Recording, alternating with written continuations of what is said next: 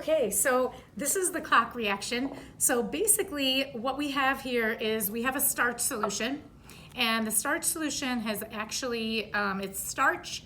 It's got a little bit of something called sodium metabisulfite in there, just a touch of it. And then it also has a little bit of sulfuric acid in there. And then in here, what we have is we have a 0.02 molar potassium iodate solution. And so this is the one that we're actually going to dilute. So each group got a different concentration of the KiO3 to use. So some people diluted it where it was 9 milliliters of the KiO3 with 1 milliliter of water. So that's going to be more concentrated. Some people only had 1 milliliter of the KiO3 with 9 milliliters of water, which means it would be less concentrated. So we found that that took a lot longer. The one that I'm going to run for you is I have 8 milliliters of the KiO3 in here.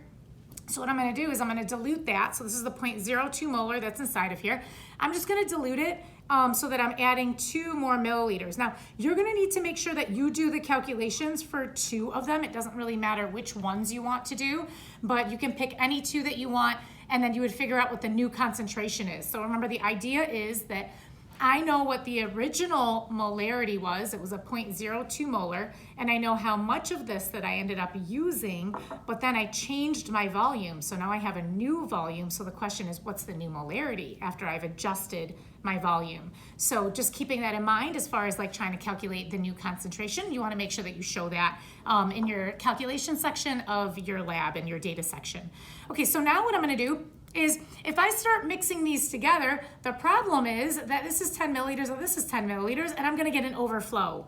So I cannot do this. So instead, what I'm gonna do, and by the way, a pipette usually works better because it's more precise than using a graduated cylinder, but this was fast enough to be able to do. So what I'm gonna do is I'm going to put the starch solution inside of one test tube, and then I'm going to set that down for just a second. And then I'm going to put this now slightly diluted KiO3, so it's no longer 0.0200 molar. Put that in the other test tube.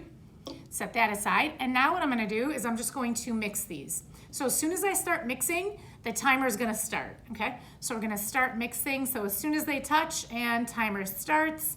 And so that would be 0, 1, 2, 3, 4, 5, 6, 7, 8. Okay, so then after what was around like 17 seconds or so, this is what the color is that it changes to. So it's kind of cool. It just all like starts turning colors, and that's the clock reaction.